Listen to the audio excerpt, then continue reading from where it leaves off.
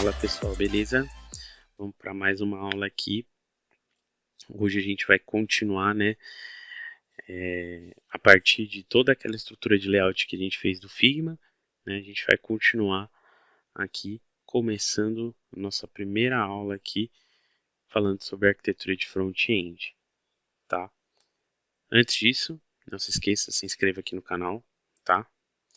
Ativa as notificações para não perder nenhum conteúdo, que agora, como sempre, tá vindo mais aula top e agora a gente vai colocar a mão na massa, código na veia, beleza? Então, basicamente, o que acontece? Aqui a gente vai ter uma estrutura, tá, de micro front-end. Por quê? Porque a gente quer um projeto escalável.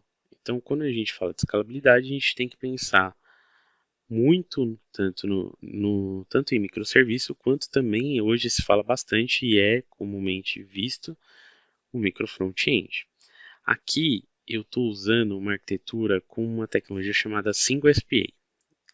Apesar dessa tecnologia hoje não dar mais suporte para o Angular, não para o Angular, né? Ele não dá mais suporte para nenhuma tecnologia, não tem mais suporte o framework, né? É nessa questão que eu quero dizer. A base dele é em JavaScript, então se alguma coisa acontecer, de alguma versão subir e algo não ser nada compatível e acabar quebrando, a gente consegue mexer nessa estrutura base, tá? Reconstruir, vamos colocar assim, essa estrutura base se for necessário. Mas tudo que o framework hoje entrega é uma coisa simples, leve, que muito provavelmente os frameworks subindo, que ele não serve só para o Angular, serve para todos os frameworks hoje de mercado, Vue, React e tudo mais. Aqui a gente está focado no Angular, mas como o core dele é muito embasado, então provavelmente isso demore muito ainda para acontecer, tá? Então é uma boa solução ainda para se utilizar e ele é muito bom, vamos colocar assim, eu acredito que é muito melhor para manipular código em relação a outras questões aqui de micro front-end que a gente pode utilizar a própria arquitetura que o Angular fornece, né, o pessoal do Angular, mas ele fica monoproject, né? Então, e tem outras, dá pra gente fazer com Webpack também, mas assim, é mais complexo também.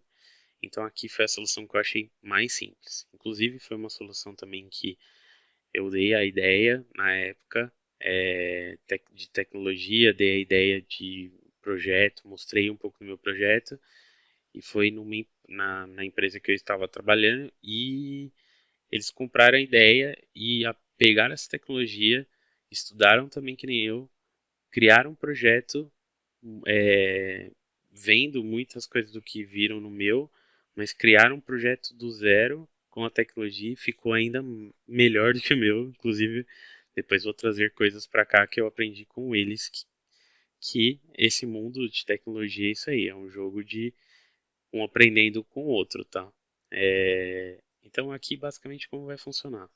Aqui a gente tem a pasta do Core, Finanças e Home. A gente poderia fazer em nível de componente, mas aqui eu não vou fazer porque eu tenho as minhas ressalvas que em nível de componente a gente pode perder performance, tá?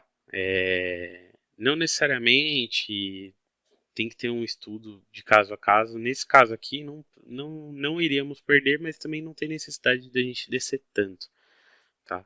Então eu cheguei em micro repositórios em níveis macros. Então a gente tem o core, onde o core vai ter o nosso root config, que é uma aplicação em JS orquestradora, né? Então ela vai orquestrar essa manipulação de chamar os micro frontends. E dentro dele eu coloquei o navbar, que eu também poderia ter isolado num repo e num componente, né? Mas eu decidi deixar assim porque acaba sendo um pouco mais fácil, tá? E é conceito, tá? Eu coloquei no core tudo que seria core da aplicação, ou seja, tudo que a gente está falando de estrutura master, que vai aparecer sempre. Então, por isso que eu coloquei ali. Mas se a gente quisesse isolar mais, deixar mitigar mais o problema, não teria problema, tá?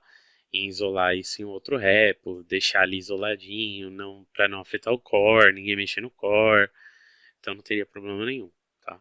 Aqui no core, só para a gente dar uma olhada aqui um pouquinho sobre ele, basicamente a gente vai vir aqui, tem o ele vai ter uma pasta de root config e vai ter a pasta do repositório do componente do Navibar, né, do projeto do Navibar. Esse do Navibar, ele é um projeto em Angular, tá?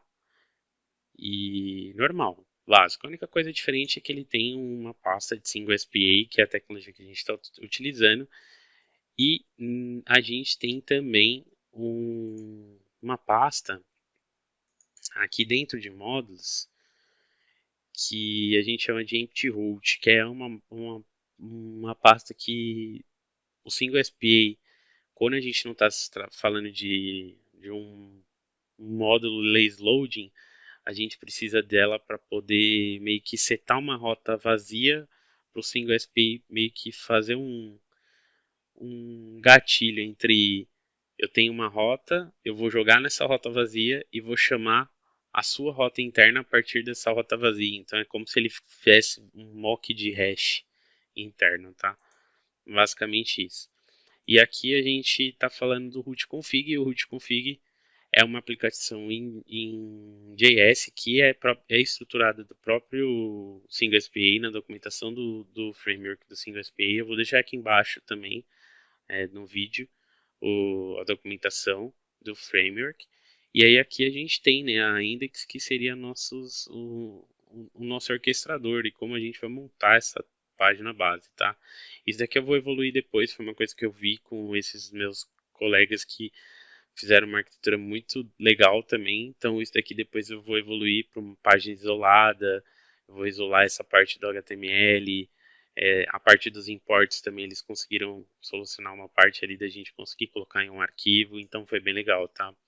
Então eu vou passar isso para vocês também depois, mas por hora a gente vai ter tudo no arquivo até para facilitar em questão de conhecimento, tá? Evoluções a gente consegue fazer o tempo inteiro, o importante é a gente ter a base, tá? Basicamente é isso do core. E agora a gente vai vir aqui na questão da nossa home, tá? A nossa home, ela é o quê? Ela é uma aplicação Angular, assim como é o Navibar ali interno. E a gente também tem uma pasta empty root nele. E ela também funciona dessa mesma forma. E quem vai controlar o que chama o que é o nosso arquivo lá no root config, no index, onde vocês viram ali um import map, que tinha umas importações, é aquele cara que vai controlar isso daqui.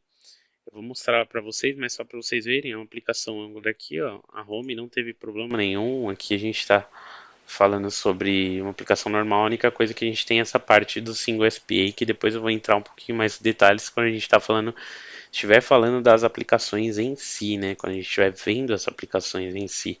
Mas só para vocês entenderem, basicamente elas são assim, tá? É sempre uma aplicação Angular que numa estrutura muito similar uma da outra.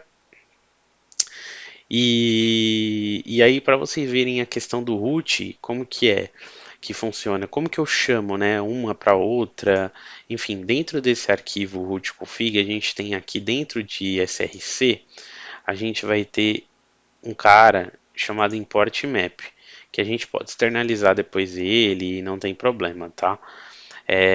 Mas basicamente, tá vendo aqui, ó, ele chama o root config nessa rota, ele chama o JS dele. Depois ele vai chamando, ó, cada um dentro do seu localhost que você vai rodando. Então você vai dando um npm start nessa aplicação, um npm start nessa aplicação, nessa.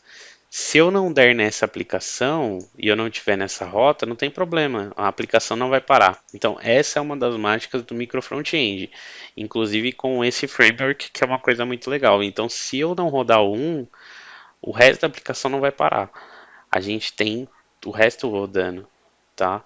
Então, basicamente aqui a gente com esse import map a gente consegue controlar toda essa parte de importação por roteamento. E a gente pode fazer ainda mais. Eu posso ainda fazer um esquema interno dentro dos nossos micro repos, né? Micro projects ali, né? É, eu consigo fazer um esquema de lazy loading, ou seja, eu consigo otimizar ainda mais fazendo lazy loading dentro do projeto para carregar a partir da chamada de cada componente específico. Então eu vou chamar aquele componente naquele contexto, né, no micro front-end. Então a partir do import map, então eu não vou chamar sempre. Então ali eu já faço uma otimização de performance. E quando eu chamo aquele cara, eu consigo ainda performar ainda mais fazendo um lazy loading aqui dentro. Então eu consigo fazer